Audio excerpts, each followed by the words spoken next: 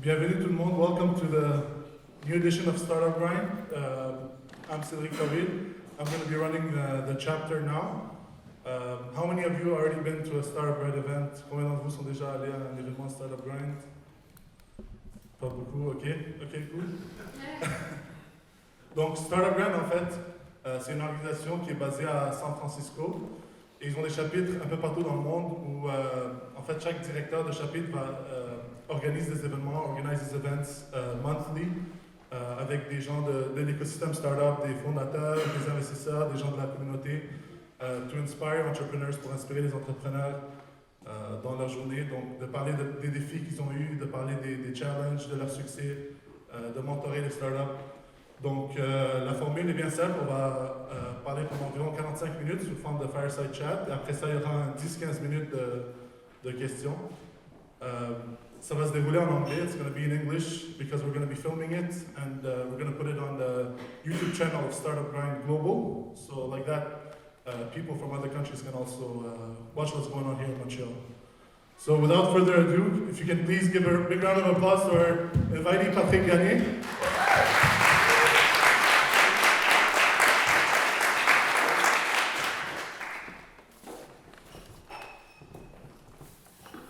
Welcome. Thank you. Welcome, Patrick. Welcome you as well here. Thank you.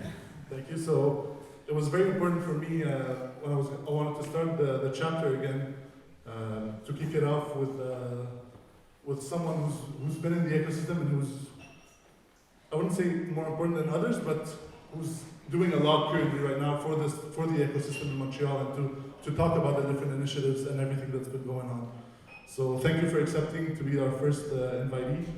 And if you can start by just introducing yourself a bit and tell us a bit about your background, your life, when you were a kid, when you were growing up and all that, just a small intro. Good. So, well, as they say, let's start with your childhood, right? So I grew up in Montreal. I'm a purebred Montrealer. I grew up in, playing in alleys in Montreal. I'm sort of a street kid, an alley cat, right? So I was raised as normal, in a normal kid in a sort of urban environment at public school. I went to a private school in secondary CEGEP.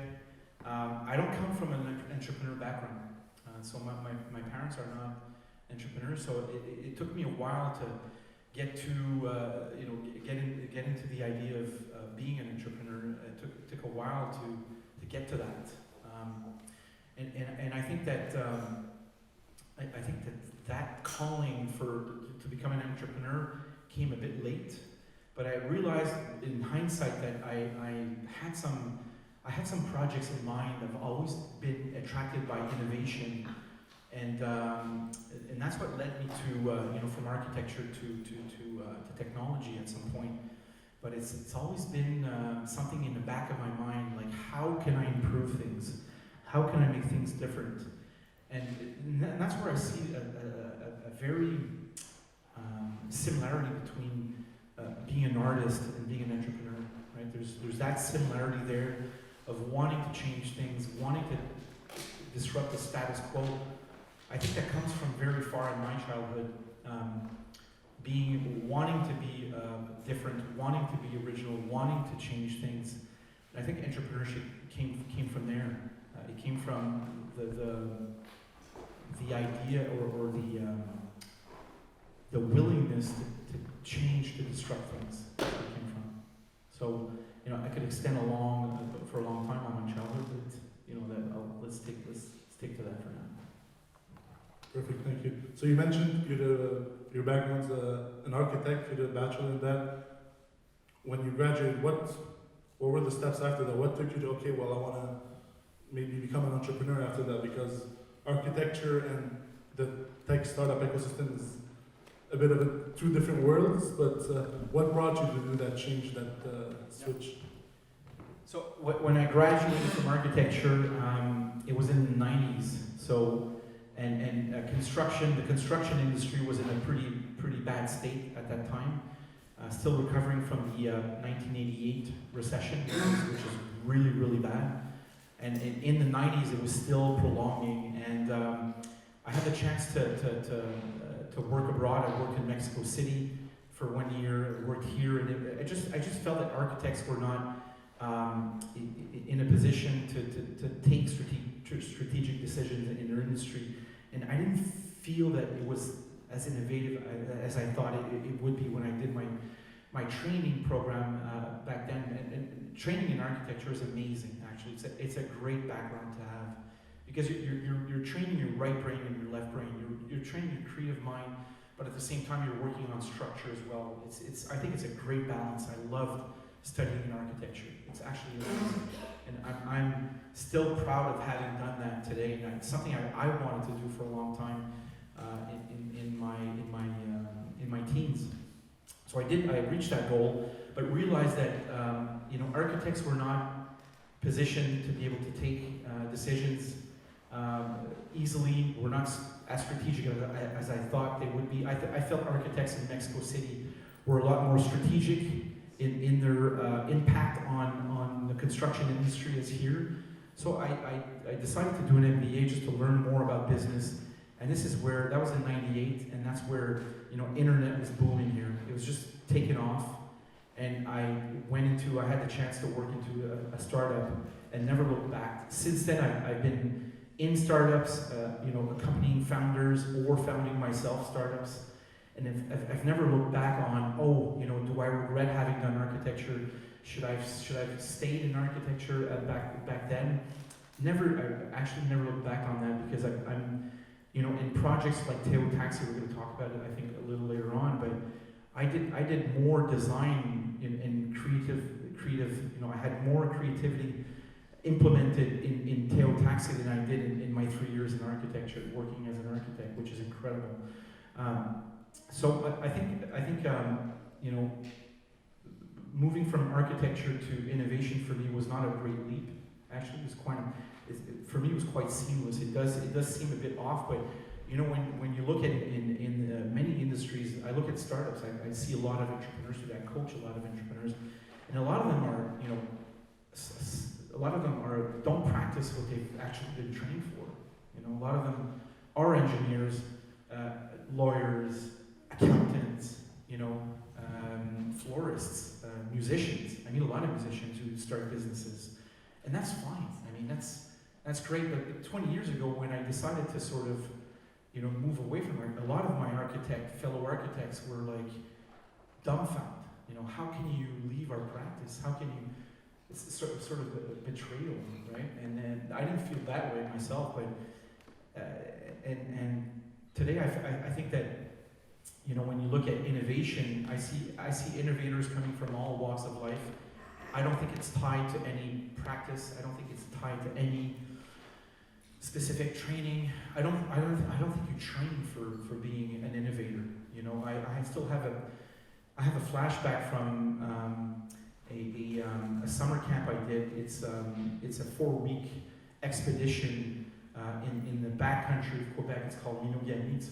They call it the Pioneer program, and you do 4 weeks of canoeing, and it's really deep in the woods. And when you come back, they give you what they call a totem. They give you a little piece of memory of what you were during that 4-week expedition. And they gave me a name. They give you they call it a totem, and the name was Serre Accessible. Serre is someone who's proud. Serre is a deer, right? A proud deer. And accessible is that I'm very accessible, I'm very people-oriented. And that stuck with me throughout my whole life. And I realized, why was I the one proud? Because I was the first canoe in front. I was the one who wanted to discover, the reef, the first rapid. I was the one who wanted to, and that's something that's in you. You have it. You can be trained on innovation, but if you're not willing to accept what innovation is about, it's about exploring, making mistakes, being embarrassed. A lot of people ask me, how did it feel launching Teo? Teo was an embarrassment at the beginning. I wanted to crawl into areas of darkness sometimes because the product wasn't ready. And sometimes, I don't know if you've heard that the saying, you know, if you're not embarrassed about the product you're launching, it's probably because you're launching it too late. You've never heard that expression? Who's heard that here? 1, 2, 3, folks? I felt it, you know? And if you're waiting for that perfect moment to launch because you're so proud of it, it's probably too late. Someone's already developed that idea and gone to market, right? And you know, we've been talking about this with the Bonjour Startup team, that team here, about, you know, better done than perfect. And I think that's something that's really ingrained in what innovation is about. You know, it's about taking risks, it's about going on a limb, it's about, you know, doing a swan dive. And I realized today I've been doing that all my life. You know, I've been taking risks, and I have a family, I have daughters, and I could have said, you know, I'm gonna go for a big job and stick to that. But I've been trying stuff for the last 10, 15 years, right? And they haven't always worked. Can you say Theo Taxi worked? Somehow it did, somehow it did not. You know, somehow we moved the needle in Montreal. Is it a failure? Or should we call it a failure? You know, and it's open for debate. I feel proud about Theo, frankly, but I'm going way beyond your question here. So let's go back to the script. Right? We'll talk about Theo a bit later on. Okay. But we're going to start with the mobility startups. So the urban tech also, more related to that field. You founded Taxi at the beginning. Can you tell us a bit about what the app, I think it was in 2012. Can you tell us a bit about what it was? Where did you see the need for that, and how did you get into the taxi industry? Okay, so my father used to drive a taxi to pay for his studies, and it's funny because he showed me his medallion, right? A medallion in the taxi business is the taxi license, with his real medallion. They had a metal medallion, right, with a number on it, and he had his picture. It looked like a mugshot, you know. And if you had asked me 20 years ago, oh Pat, you're an architect or you're in technology, you're going to be working in 20 years. You're going to be working in the taxi business. I would have laughed my head off. And I finally wound up in the taxi industry by circumstances, and it happened because at some point I was involved in the parking application. You know, the parking payment application, P dollar in Montreal. And I loved the fact that we could have a direct impact on urban dwellers, right? I love the fact of having technology impacting directly the way we live, and that really, for me, struck a chord strongly. It was the fact of being able to improve people's lives on a daily basis, I found was really, really compelling. So at that point, I realized that mobility as in smartphones was on the rise with new smartphones, and realized that we could have an impact on urban mobility. And for me, that sort of brought me back to the idea of having an impact on people's lives, on experience, on urban experience, on mobility. And mobility is probably one of our biggest urban challenges today, by the way. It has huge economic impact. The fact of being stuck in traffic for 1 hour, 2 hours per day has huge economic impact. We don't calculate that much, but on productivity, it certainly does have an impact. So I realized back then in 2012 that I joined a bunch of guys that were working on a mobile app to order a cab, and I thought the idea was amazing. To be able to order a cab just on pressing a button, and Tag Taxi. Who's used Tag Taxi here before? Because I meet sometimes people that have used it, and I love the feedback. Everyone loved it. It was like overwhelmingly positive on the user side, because it was a big button. It was tag me, and you just press a button, and a cab would come over and pick you up. Back then, we didn't have payment, and that was one of my projects. And was to implement payment in the app. And the idea behind Tag Taxi was how to become the Expedia experience of the taxi business. And that's at the same time Uber was starting to pick up. It wasn't in Montreal. starting to raise funds to go global, actually, at that time. But they were still in the US. And really, we wanted to come up with a model that's radically different than Uber, because the last thing you want is to be a Me Too application. We knew we could have a strong impact.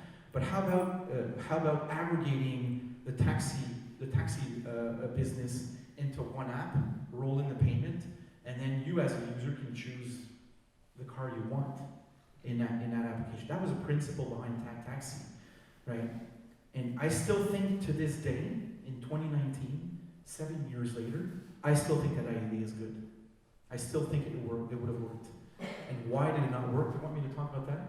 Am I going in the right direction? It's good? Not off script? Okay, good. So, I still think today that if the taxi companies had accepted the model, and some of them did back then, but had most of the market accepted the had most of the market accepted the idea, and rolled their taxi fleet into the app, I think Uber would not have gained as much market share in Montreal as it did today. I am absolutely positive about that. Because we would have integrated payment, which is one of the first things you want in those ride-sharing applications is payment, right? Integrated, and ease of use, right? You want frictionless experience. And we tend to forget that when Uber implemented in 2014 here, they started with the taxis, right? We tend to forget that. Their playbook in implementing in different markets was to start with getting supply from the taxi companies, not companies, but taxi drivers, right, who would use Uber's app in their car, and you get picked up by a taxi cab. That was Uber when it started here in Montreal, and in every city where it started. I don't know if do folks here remember that? Who doesn't remember that? Who doesn't? Okay, we have a couple of folks who don't remember that when Uber started, in every market, they started with taxi. Because it was so new and they had payment, people were indulgent, right? They were forgiving. Because you're serving the same smelly cab, right? But you're doing it through an app that's cool. It's got payment. But it's the same cab that's coming to pick you up. So my thinking was, if I can do that, if I can aggregate the taxi business into one app, have payment, I'm going to kill Uber's supply because I would have 2,000 cabs in Montreal, right, on a snap of the fingers in the app. The problem we had was the fact that the taxi companies did not accept that business model. They did not want their brand being rolled up into an aggregator a la Expedia. Some of them wanted to play at the beginning, but it was, and we realized that rolling out our product. So we had 2-3 contracts signed, rolled it out, and then we started realizing, holy shit, we're not reaching product market fit here. There's an issue, right? And we realized that the taxi companies would not accept that model because they didn't want to be competing against another in an app. They didn't understand the model and didn't want to pay for those referrals, which is exactly Expedia's model. Exactly, right? And I'm still convinced today that that model can work. Even today, because there still are taxi fleets out there. Teo's gone, right? We don't have any electric vehicles anymore, but you can still order a Taxi Diamond through the Teo Taxi app, by the way. I did that this afternoon. I use that because I try to diversify my use of cabs in any city. I don't like the fact of using a monopoly. I hate that. I hate monopolies. And Uber's going to be, even though Lyft raised, did a $40 billion IPO. Let's not kid ourselves. When you go across the world, Uber rules, right? Uber's everywhere, and it's become a global brand, except for Asia, where they got kicked out, or actually bought their way out with Didi. Yeah. So. Is that tag? Yeah. Okay, we're good on tag? Yeah. You want to expand on that? Just another question maybe. Why do you think there was such a high barrier of entry in that industry? What is it, the drivers? Is it the dispatch companies? And what couldn't you convince them to? Because I have a friend who tried to get into that world also, the taxi world, and it was such a hassle trying to convince them that, listen, That's something you need to do because change is going to come, Uber's going to come, and they're going to take market space. So, is there? So your question is why is there a big barrier to entry in the taxi world? If Uber came in that space and was able to get market share, it's because the barrier of entry was not that high, actually. You know, and I don't think the barrier of entry is that high in the taxi business, as much as it is in other incumbent industries. You know, what happened to the taxi business happened to the music business, by the way. So if you, I see a lot of young folks here, but does anyone know about Napster in this room? Napster. Who knows Napster here? Not too bad. So Napster is the Uber of right? Is the music business. And look at what the music business did. What did they do? They filed lawsuits. They even filed lawsuits on users, not even, let alone like the Napsters of this world. They tried to sue the users who download MP3s. It was bad. Look at all the money they spent trying to drag down a new business model and take it and drag it into the mud. And that's how the taxi industry responded as well. They tried to sue Uber. I don't know how many class actions Uber's, lawsuits Uber's received in the last 10 years. It's incredible. You know, they have 100 people in their legal department. And it's no joke because they had to face regulation changes and also lawsuits, a ton of lawsuits. So, but they came in that industry from left field. They came in with technology and have always positioned themselves as a technology player, right? So we're not a transporter. We just put, we're a peer-to-peer play. So we put a peer, a user, and a driver together, and that's it. That's all we do. We don't transport because that ugly business of transporting folks is devolved to someone who's going to be paid a very minimal wage when he calculates his income on an hourly basis, right? That's the reality of things. When you take an Uber cab, you're actually paying someone who's probably making anywhere between $7 and $9 an hour. That's a reality. Let's face it. Okay, there are Uber drivers that are stars and make a ton of money, but in general, the gig economy is not making people richer. That's a fact. Look at the numbers. So barrier to entry, I'm not sure. I think they came in the industry from left field, technology play, and I've always said that, they had a brilliant play, which is positioning innovation versus incumbent. If you're against Uber, you're against innovation. And that politically is a very, very strong position. They framed that discussion big time, right? So it was hard for a politician who has constituents in the taxi industry saying, well, why are you encouraging this new player coming in, right? Because he's killing my business based on the permits, on the licenses, on the medallions, that whole thing that we don't like to talk about. But that whole thing was created by government, by the way. Okay? So quotas, and I don't want to get into regulation. That's off track. I'm sure it is. But keep in mind that whole permit, taxi license business was created by government. Yes, there was an inflation on the taxi license value over time because it's a fixed market. But who fixed that market? Was it the taxi drivers? Of course not. These are folks that struggle for a living and have actually borrowed money to pay a friggin' license, and then the government says, "Oh, we're going to let in a new guy in because he's a technology play." So this whole, I've lived through that whole crisis in Montreal, but that playbook happened in most cities across the world, and some of them have reacted with, a lot of openness. Come in, we're going to drop those license values to zero. We don't give a shit. Come in and take the market. And others were very, very strong. Germany, some German cities blocked off Uber entirely, right? Does that make those German cities anti-innovation? Are Germans, backwater people? Is Montreal backwater because it wanted to transform its industry, but in favor of the taxi business? So this whole, I don't have the answer. I'm not saying right or wrong. I'm just saying it's a complex debate.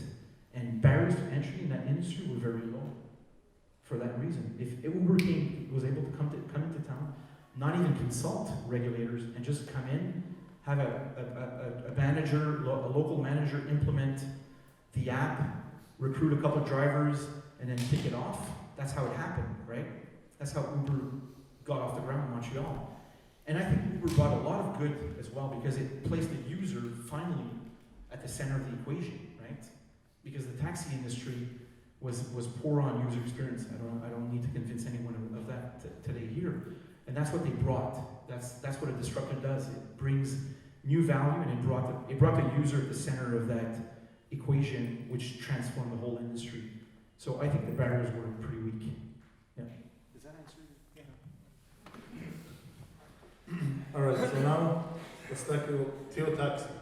So you, in 2014, you decided to stop Tag, I guess, and start working on a new concept, Theo Taxi. Can you talk to us about the beginnings of that and like you were mentioning, the struggles you had at the beginning and how did it all take off and how did it take off?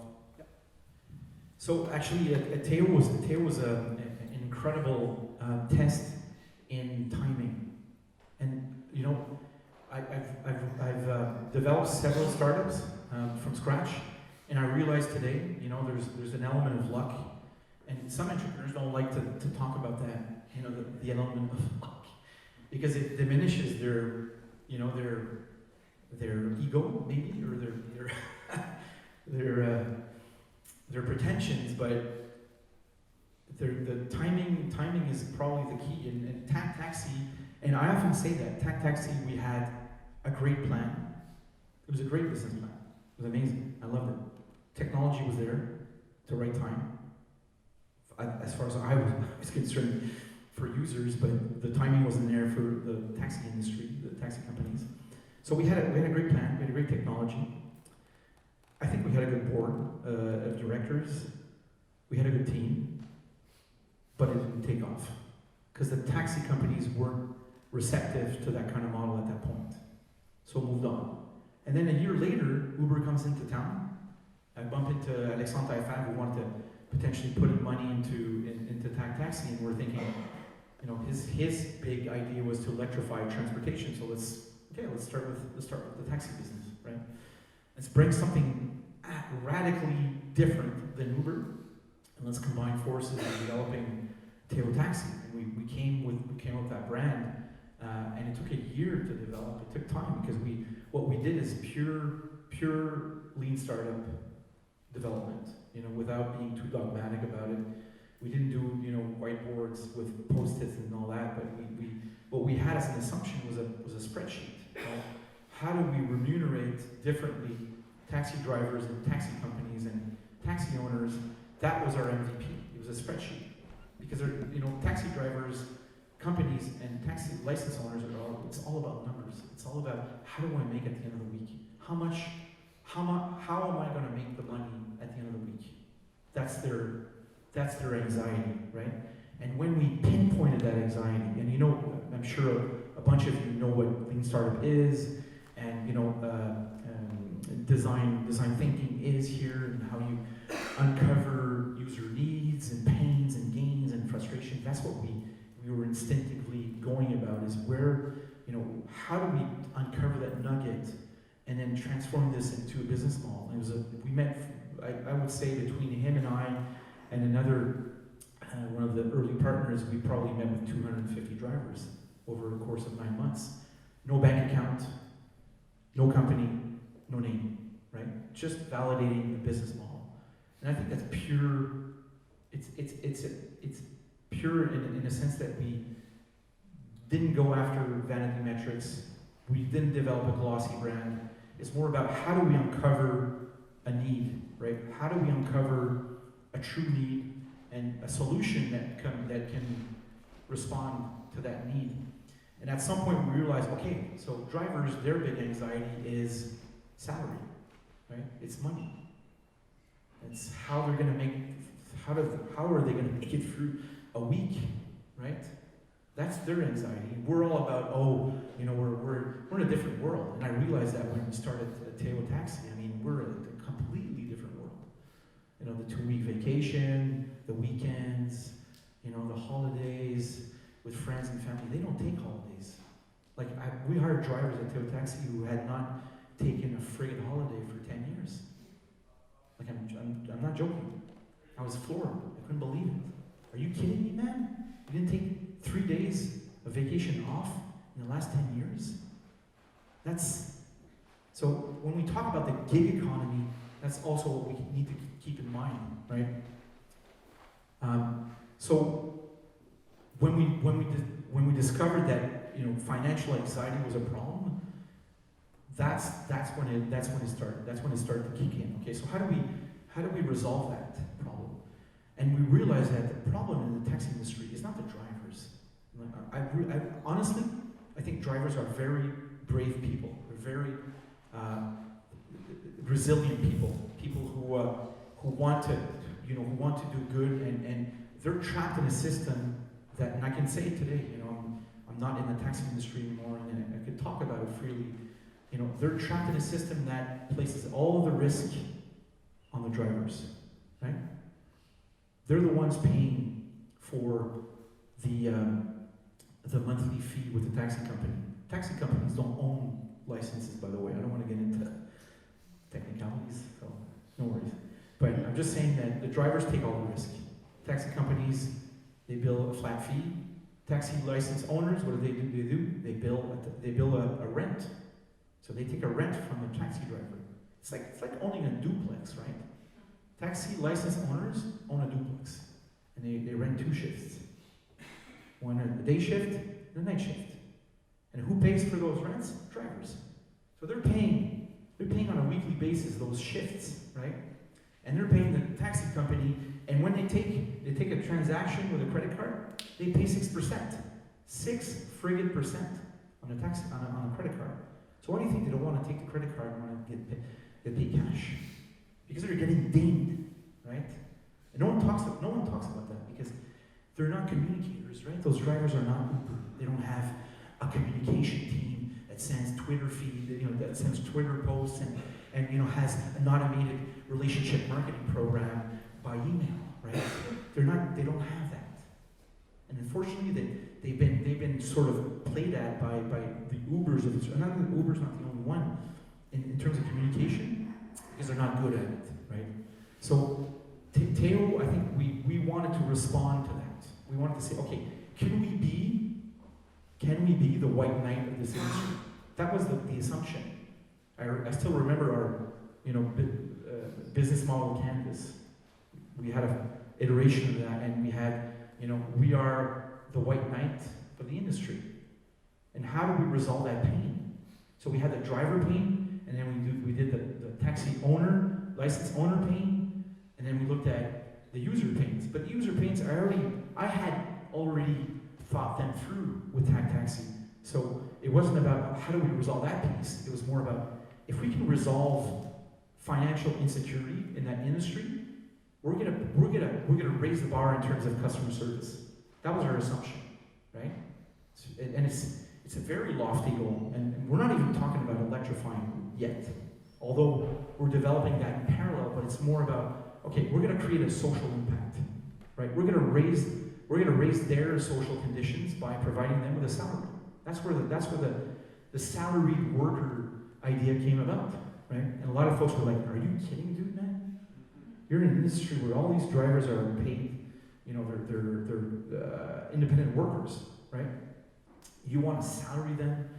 And that was a very bold move. That was our assumption. So when people talk about, you know, what was Teo about, that's what it was about, right?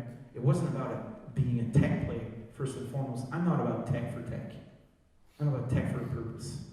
I'm about how do we leverage tech to make this world a better place, right? Now that was the idea behind. I'm a tech guy, right? So I'm also an architect, but mostly a tech guy, and I felt very proud about that. But that specific moment in time when we realized that we can resolve a financial pain with drivers, I was very proud. I was thinking, okay, we can do something with this. Let's work on that assumption. Let's build a business case on the idea of transforming their lives. And if they make a better living, how do you think they're going to behave in the car? Well, they're going to be happy. They're going to open the door. You know, they're going to smile. They're going to have a chat with you, and they're going to have a different perspective on things. So that was our assumption. I'm not saying we delivered 100% on that, you know, because reality is a different beast. But that's where Teo came about, and then we had also the idea of having, you know, an electric vehicle to come and pick you up with a driver who's happy. So how about that as a value prop versus an Uber? We thought it was very compelling. I was very proud of that. And we developed Teo as a brand very simply, you know. Can we have a brand that's simple to pronounce? That's a friend. It's a friendly brand. You're calling a friend, right? Teo was a name first, and then we sort of retrofitted, you know, taxi électrique optimisé and all that. But initially, it was about having a friend, right? To come over and pick you up in a clean vehicle. So it's the ride you can feel good about. That's the idea behind Teo. Great insight. Thank you. I'm going too far, right? No, it's okay. It's okay. So now, if you fast forward to 2016, Taxelco, which was the mother company of Teo Taxi, was managing the biggest fleet of taxis in Montreal. You guys were heavily also developing the app with the R&D team and all. How was that transition from creating the startup in 2014 and all that process of scaling that startup? What the process internally of scaling? What were the challenges related to that, to the hiring, to everything related to that? Well, who scales businesses here? I'm just curious. Who's in scaling? Like, who's in scale mode right now? You? Two go. Okay, we have 2 people. Scaling. Scaling is tough. It's like really tough. We're scaling right now. I'm scaling Osmo, Bonjour Startup, and Montreal Inc. We're scaling right now. It's tough. I told the team, you know, when you're in scaling mode, it looks like shit because you have to change your processes. You know, you're super stressed because you got to deliver stuff you promised. You know, scaling is really tough. I mean, so scaling Teo was tough. I was having a hard time. I was like, sometimes I was shitting bricks. It's really stressful, and it's you know, and I remember having a talk with one of the owners of Taxi Diamond, and he told us before we started Teo, he said, he was actually on my board in Taxi, and he said, you know, guys, running a taxi company is a grind, you know, and I laughed. I remember laughing when he said that, but 2 years later, I wasn't laughing that hard. because you know, you're scaling everywhere. So you're not only scaling your tech team, right? And I find today that scaling a tech team is easy compared to the rest of the scaling we had to do because we had to scale drivers, right? And you're scaling drivers, you're hiring hundreds of drivers. It's not an easy feat. You're hiring 20 to 50 people every week. You know what that means on an organization? It's a grind, you know, and you have to be standardized. There's HR, you know, considerations. You have to standardize your process. We had to hire trainers, you know, so scaling was incredibly challenging because you have to constantly adapt your processes, your structures, and I find that, you know, I realize that I'm kind of impatient with speed. I need a certain velocity, and you realize that at some point you can't push too hard because you're straining your organization, you're straining your own people, and sometimes you have to, you know, take the foot off the pedal a bit. So there's that pace as well that you need to respect. And finding that pace is not easy because sometimes you're overburning, you're burning some of the staff, and you don't want to do that. You know, you want people to enjoy what they're doing. You know, and one thing I love with Teo Taxi is that we have such a strong brand, we have such a strong mission that people were like coming into work every day, and they were like plowing through, and it was amazing the enthusiasm. And that's when you know when you've built a love brand, right? We literally we lifted a love brand off the ground, and people were adopting that voluntarily. And so, you don't want to be exploiting that either, right? You want to be respectful of people's energy, and I think energy, positive energy, collaboration, and those words might sound, super corny, but they work. Google did a study on the most performing teams over the last 20 years of their experience, and kindness, collaboration, respect actually work, versus driving people to the bone and stressing people out does not work. I'm telling you. And you might think that it does because you're squeezing every single friggin' penny out of them. It doesn't work. In the end, it doesn't work. When people are how should I say, aligned with your values, they're aligned with what they're doing, they know why they're getting up in the morning,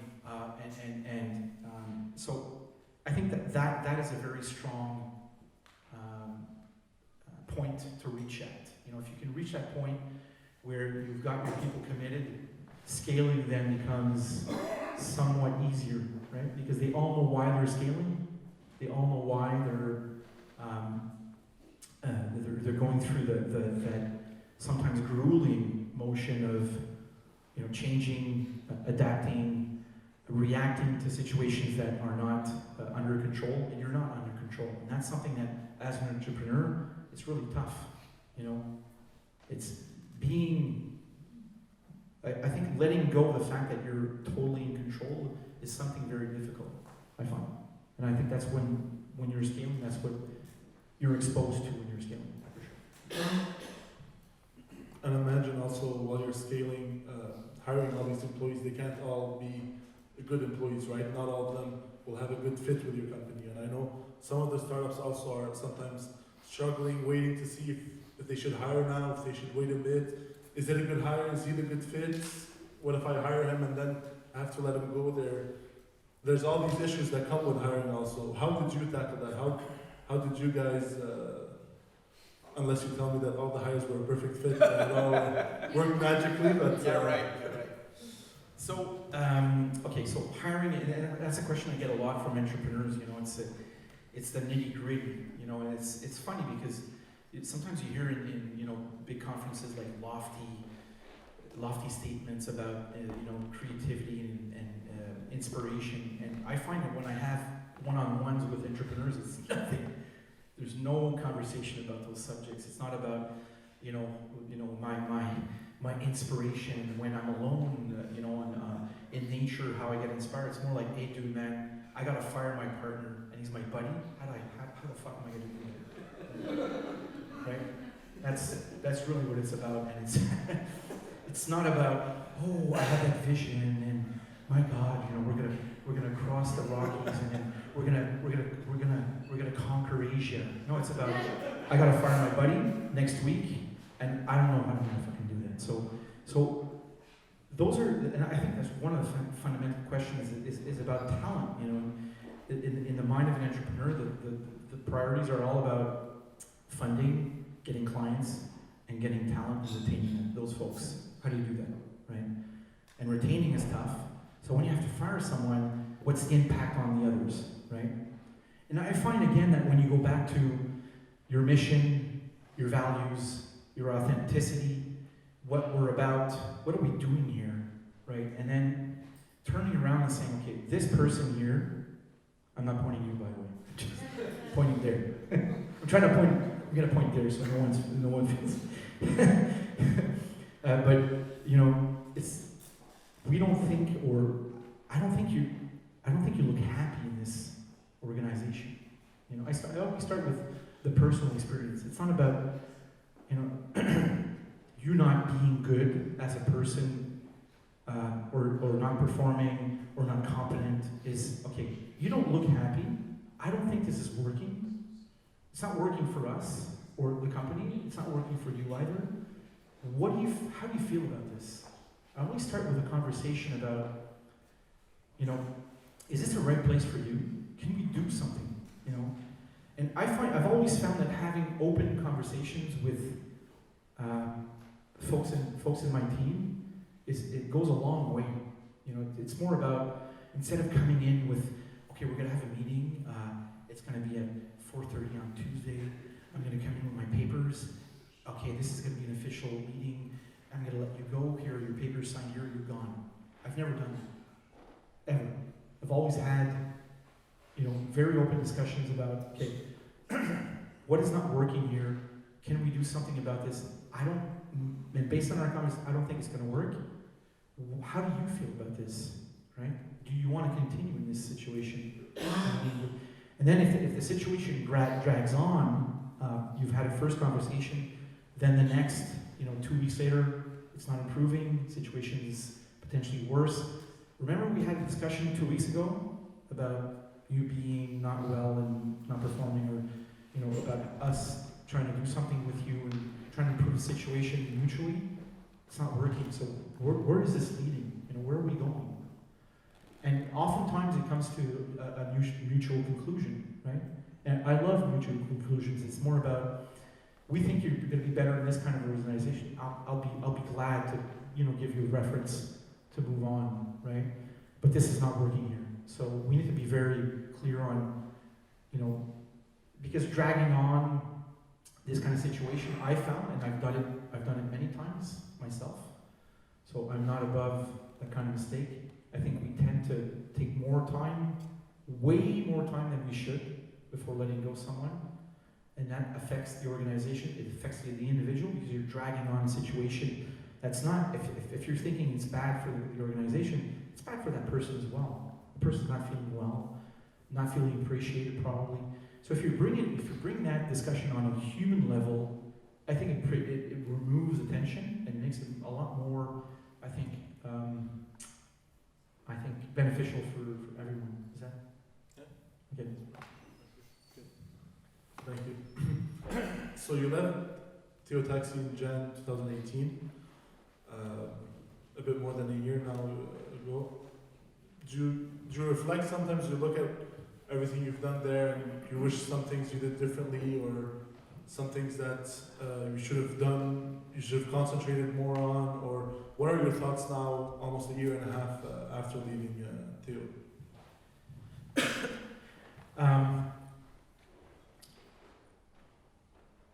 I've often reflected on that. I think that Theo was a very ambitious project, and I think one of the mistakes we made is maybe having too much enthusiasm about the idea and being too bold on developing different products. I think we should have, in hindsight, and hindsight is always 20/20, by the way, but when you're in it, we felt such momentum, such enthusiasm for the project that we wanted to, take advantage of that, take stock of that, and really push the pedal to the metal. We went, I think, as far as I'm concerned, I'm not speaking for the other founders, but I'm speaking for myself. I think we went too far in terms of wanting to develop many products at the same time, and it put a strain on the development team, put a strain on a lot of people, actually, in the organization. I think that we should have stuck to a mobile app catering to consumers in a restricted area of Montreal. During that time, we would have been able to build up our supply side, right? Which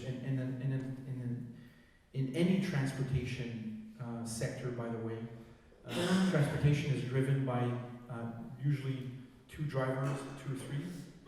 First is estimated time of arrival of the vehicle. So usually under 5 minutes, you're in a sweet spot, right?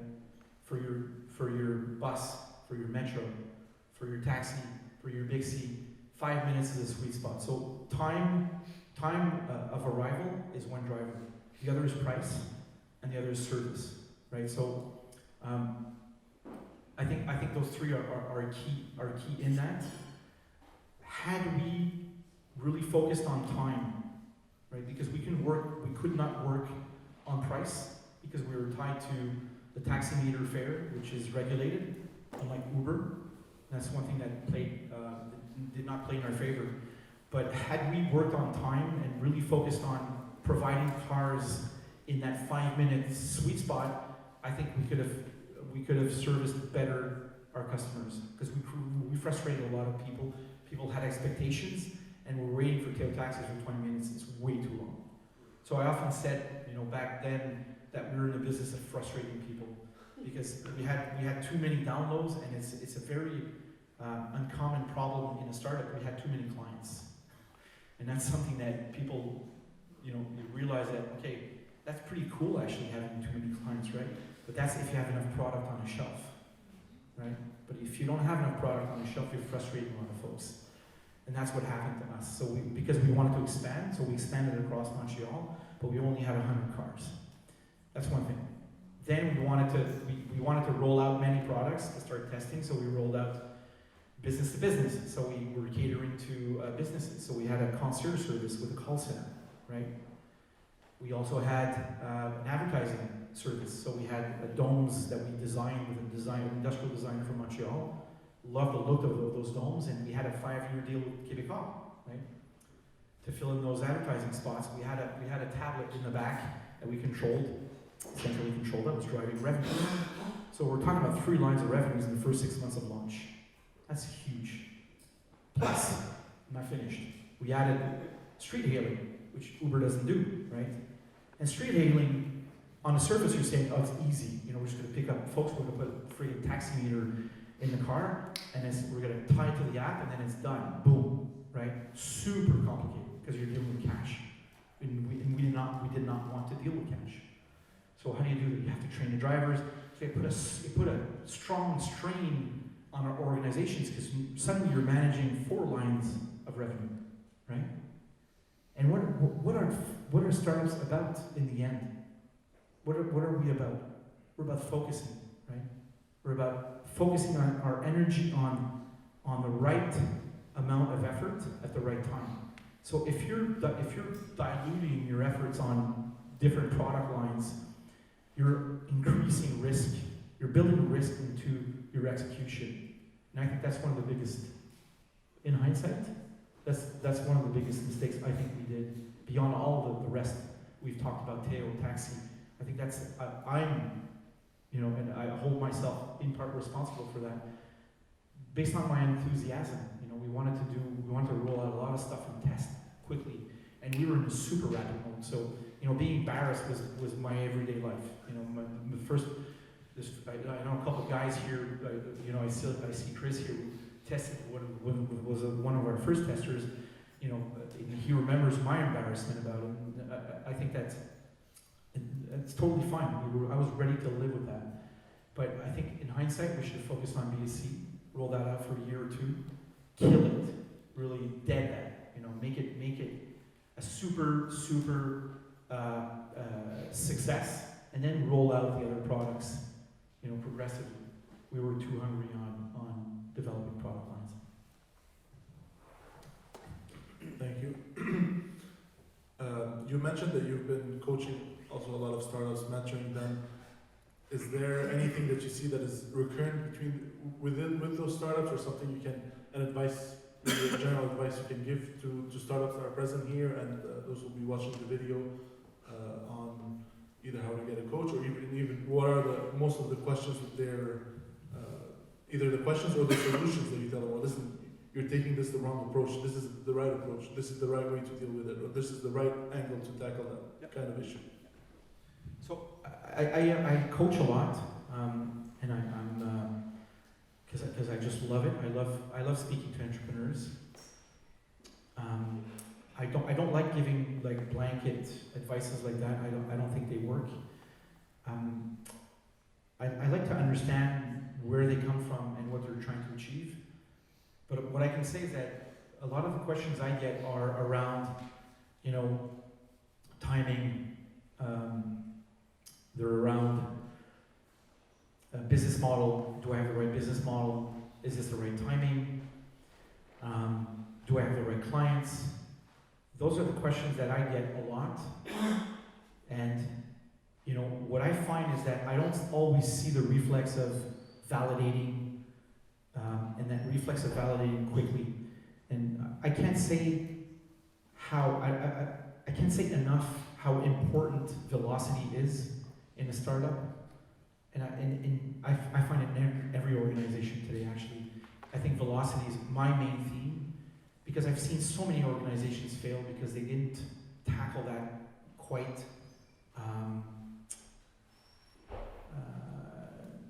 with the right enthusiasm or energy or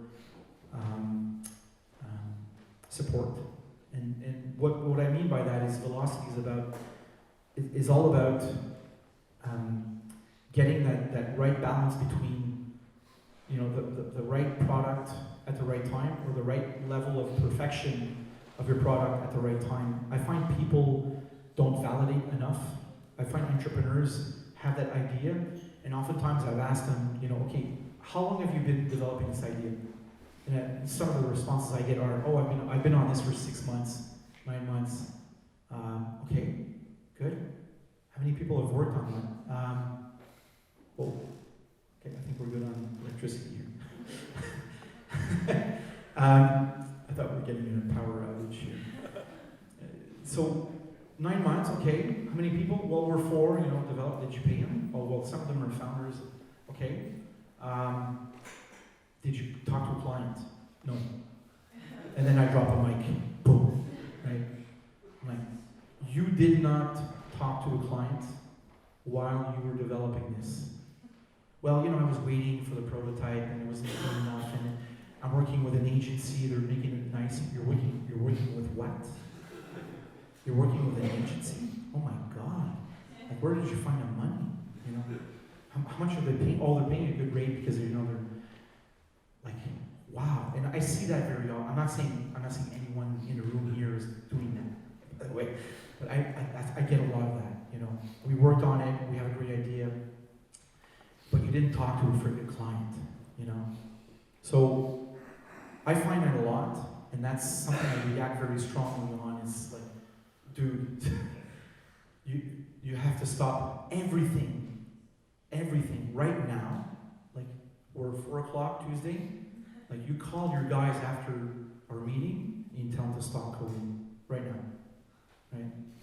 And you go out of your office and start meeting clients and go back to the drawing board on what is it you had in mind in your roadmap. Oh yeah, it's getting dark, right? Now you can see me. So what did you have in mind? There's quite a contrast, though. Eh? We went from semi-darkness to laboratory. So I'm very strong on that response. You know, the need to validate, verify your idea, and I don't care what business you are. Because sometimes I hear, well, I'm in the med tech, so I need to validate. I need to do my lab stuff, and I need to. Yeah, but dude, man, you're gonna be spending. You're in med. You're gonna be spending 2 years developing, and you don't talk to a client. Are you kidding me? And that's something I find very recurring, and I think that's something that we need to always work on, is bringing back the notion of validating and rapid validation. You know, I have an idea. What do you think about it? How would you, improve the feature set that I thought through? And I've been thinking about this for years, for 10 years, or 5 years, or 2 years. I don't care. If you haven't spoken to a client, tough. So, does that, yeah? Thank you. How are we doing on time, Mazen? Surely beyond. A bit behind. Okay, so we'll talk on. So, March 2018, you accepted your CEO in residence at Osmo. What inspired you to join the Osmo Foundation? Why? What drove you there? So, I'm all about creating impact. How can I improve society? How can I have an impact? Right? Teo Taxi was about that. TAC Taxi was about that, and even the parking application was about that. Just how can we create impact? And when I joined Osmo last year, when I left Teo, the folks from Osmo asked me to help out. So initially, I was going to be here only for an interim. That's why my title was CEO in residence, which is sort of a tongue-in-cheek title. But what it meant is that I wasn't here to stay. I was here to, give a hand and then pass the baton on to someone else that would manage the foundation. But by doing this, we with Fondation Montréal Inc. Last year we won the RFP to become the regional innovation hub of Montreal, and then realize that maybe we can do something out of this, and realize that one thing that's lacking in Montreal is leadership around ecosystem development. One brand that can aggregate information, that can have increased collaboration between the players, mobilize the ecosystem. One place where you can find information, aggregate information. So, and that we find in other strong ecosystems. I can name you a few. Tel Aviv has Startup Nation, which is very, very strong, by the way. Amsterdam has I Am Amsterdam. Waterloo has Communitech. And these are strong hubs that bring together the community. It's all about community. What I love about Osmo is that it's by entrepreneurs for entrepreneurs, right? This was built, this whole thing. Notman House is a project of Osmo, right? And Osmo is about not closed, but osmosis is all about being, open, to change and to having input from others and cross-pollinating. This is what it's about. So Notman is open to everyone. And that's what I love about this spirit, is openness, collaboration. So the idea behind creating Bonjour Startup is all about ecosystem leadership and advocacy, right? So how do we take this to the next level? How do we advocate with the three levels of government? How do we represent the ecosystem abroad, right? France has a French Tech, right? It's very simple, very clear. So we had to come up with a brand that was simple, that was evocative, representative of Montreal. And Bonjour Startup is super simple. And we did it, we didn't do it on our own, whiteboarding, strategizing here at Notman. We went out of the building, we had surveys, we brought in folks from the ecosystem, influencers from the ecosystem, and we iterated. Naming something is very tough, by the way, it's very difficult, especially something that sort of represents the ecosystem, and we were very happy when we came up, I don't know, it came in one meeting here with folks from the ecosystem, and boom, it clicked, right? The taxis have that. And bonjour is universal. Everyone understands what bonjour means across the world. It's a very simple name. So here we have a brand that's representative of what Montreal is, that's going to represent the startup ecosystem and make it stronger. Our ambition is that, the ambition here is not just to do, a 5 à 7 and do happy hours and have entrepreneurs meet and share ideas and do parties. It's more about how do we raise the bar? How do we take our ecosystem to the top, in the top 20 worldwide? We're not, by the way. We have work to do. We have a lot of work to do. Right? So that's why I'm here. I'm here to help the ecosystem, take it to the next level. Be proud of Montreal. Be proud of our startup ecosystem. Yes, we're allowed to dream of being in the top 20. Why not? Stockholm, by the way, produces the greater number of unicorns per capita is created in Stockholm after Silicon Valley. Stockholm. Jesus, it's a smaller city than Montreal, right? So I don't think wanting to be in the top 20 is a lofty goal beyond our abilities. I think we definitely can reach that, and we should.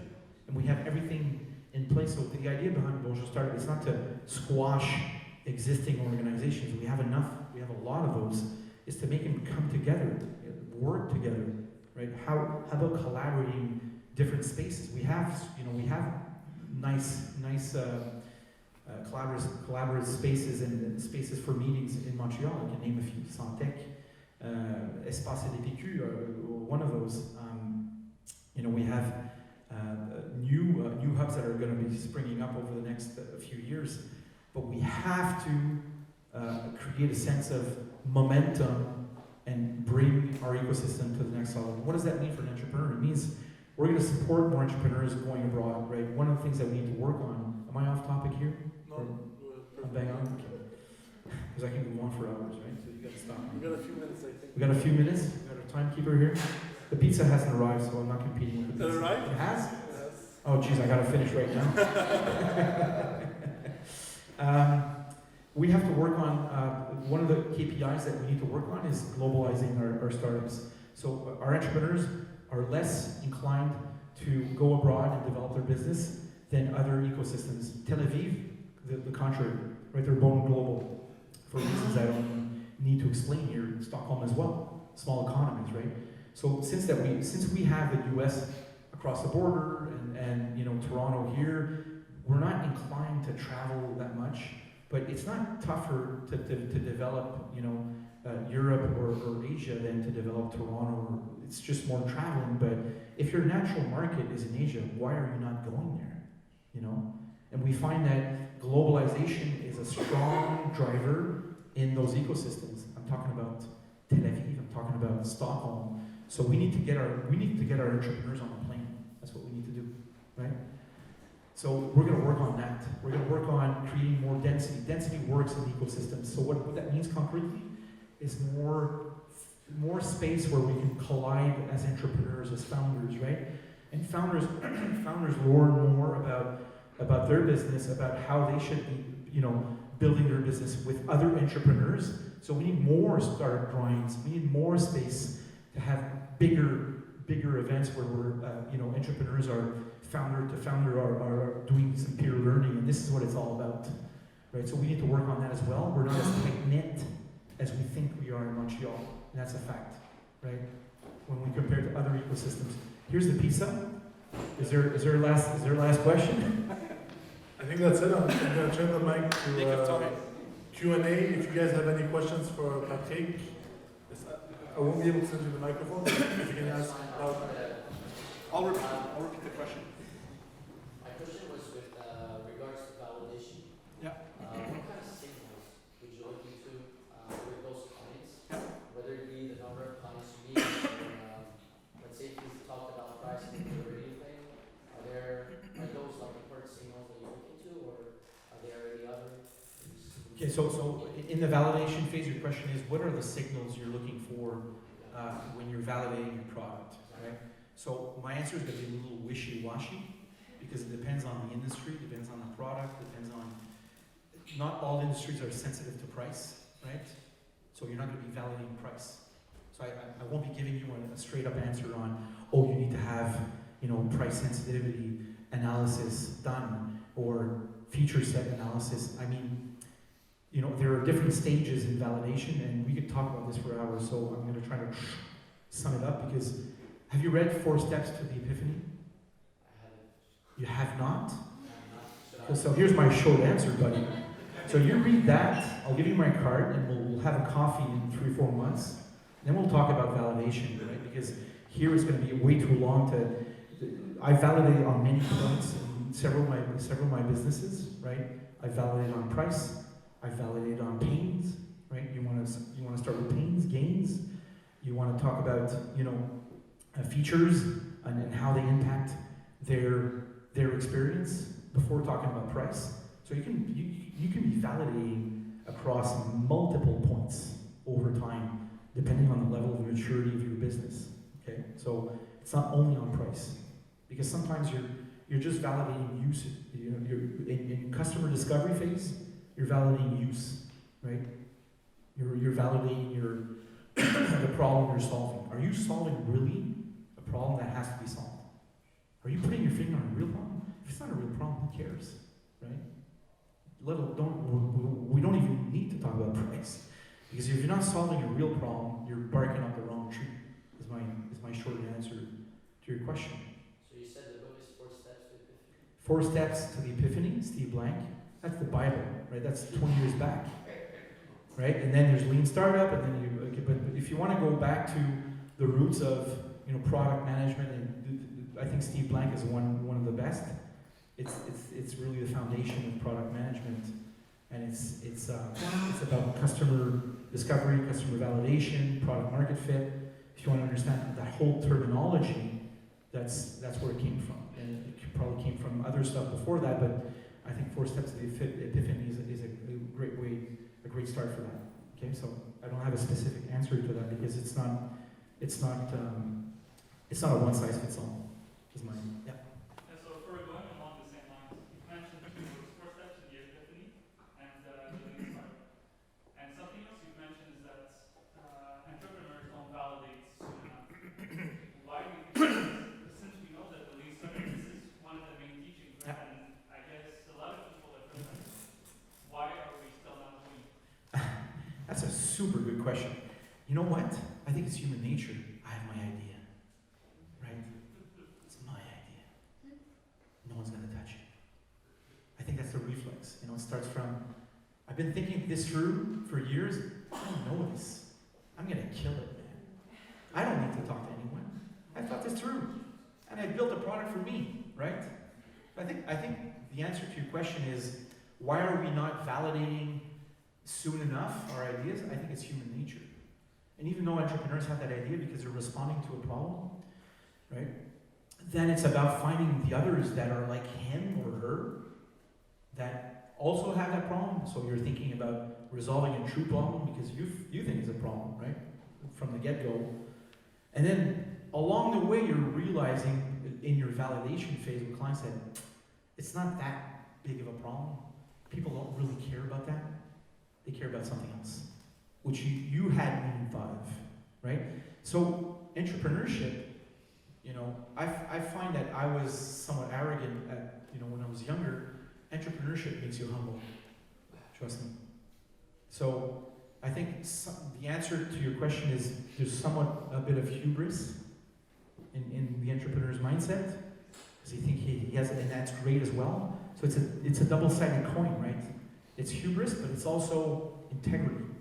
You know, I know I'm resolving something. It's authenticity, right? It's passion. But the flip side of that is hubris. And there's a fine line between the two. Does that answer your question? We can follow up on that later on. It's complex. Yeah. Oh. My question is along the lines of competencies that entrepreneurs need. So you are one, you have access to many all the time. Is there a critical set of competencies in your experience that an entrepreneur must have? And the second part of the question is, which A two-part question. yeah, which competencies could and should be developed in entrepreneurship? Since I'm an ADD, I already forgot the first part of the question. So Are there critical competencies that if you don't have these? So what are the critical competencies that entrepreneurs should have? Okay, we'll get to the second part because I already forgot the second part of the question. So what competencies should entrepreneurs have? I see entrepreneurs that have different profiles. How should I say? I'm very passionate about MBTI, you know, Myers-Briggs profiles. Okay, so I like to put people in boxes, and I do that as a sport. When I meet folks, I'm like, okay, she's a ENFJ, he's an ENTP, right? So I like doing that, and I find that I come across, I meet entrepreneurs that have that are in most of those boxes, you know. So having the right skill set is a tough question again, because I don't think there's a magic wand. I find that beyond skills, it's more your personal characteristics. It's potentially your upbringing, how you were raised, your background. I find that people who are resilient, you know, who when they take a beating, they get up, they get back up, and they rise from their ashes, and then get back up the next day. It's tough, they go through it. I think in general, those people go through, and I find that you know, entrepreneurs that have had success got up again each day enough so that luck came their way, and they made it, right? In the crunch, in the end, resilience is probably the greatest characteristic that you can have or develop, and you can develop that. It's not something that, oh my God, you know, I was born with it, and then, you know, I got it. So I I'm blessed. I think you can develop resilience if you're conscious. So leadership consciousness of that characteristic is important. Resilience is tough to build, and it's a word. You can use it as a word. Oh, I'm resilient. Oh yeah. Yes, again. In the trenches, when it's tough, when you can't make payroll, when your staff is leaving the building, when your clients are leaving, and you believe in your idea, you get back up the next day, and you turn the corner, and it could take 3 months, 6 months, 9 months. You have to go to the bank, right? And you can't make payroll. That's resilience. That's tough. And oftentimes, what happens in those cycles, we're talking about validation, that 9 months you took when you did not validate, that's the 9 months where you get killed 2 years later. Because you wish you hadn't burned that time in that cash, right? That's the 9 months you're in that walk in the desert. Because your idea wasn't good in the beginning. It was shit. Because you didn't know jack shit about your industry, right? You thought you knew. You got in anyway. And it took you 9 months because you had the idea and you started developing, work with an agency. And then 9 months later, you realize it's the wrong idea. I got to go back to the drawing table, redo that product. And then you're 9 months again in, right? And then it's a year and a half, 2 years. And then you're in the walk in the desert. You have to put everything on your model. 3 years in, you have to raise more cash. You lost 90% of your staff. You got to staff again. You got money in the bank because you raised a Series A, and you have to hire again. That's resilience. It's tough. It's really tough. Skills, yeah. You're good at marketing. You're good in finance. You're good in accounting. You're good in analytics. You're good. I don't know what you're good at, right? All those things you can develop, but resilience is tough. Does that answer the first part of your question? No, there's a second one. No, the second one. Did I answer the second one at the same time? It was. We're all looking at the pizza here. We have 2 more questions. The second part, it does answer the question. Okay. The second part was more along the lines of what competencies, and it's not so much skills as in marketing or coding or whatever, it's the human side, the MTI side. So so you mentioned the example of, I've got to fire my partner.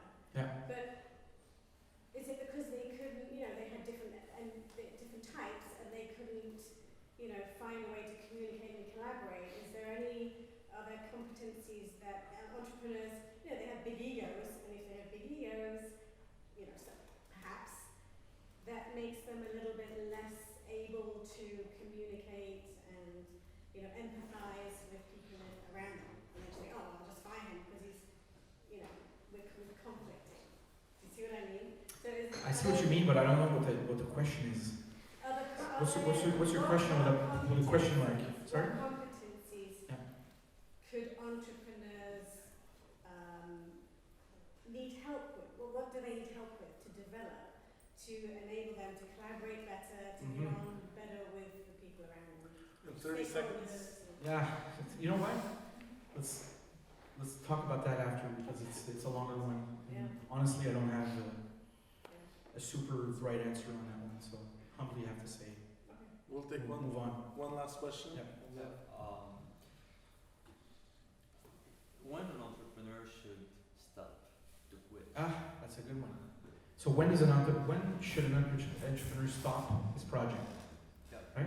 Yeah, kill the beast. Kill the beast. Yeah. I've done that, so I know what I'm talking about. Yeah. And in contrast, when you're doing good, when you've got the wind in your sails, Teo Taxi after tag was just like, wow, the speed, you feel the speed, the traction. Traction is an incredible KPI to measure. The increase in sales month on month, the momentum you gain versus the non-momentum. So when do you stop a project? I went through Tag Taxi, I went through validations, and then realized that each sell was really tough. And at some point you run out of your runway reduces, and you're thinking, okay, am I able to get a next round based on the findings I've made? Because I've made some learning, right? realized that even though you'd get $1 million in your bank account through another raise, you're not sure if you could change the marketplace.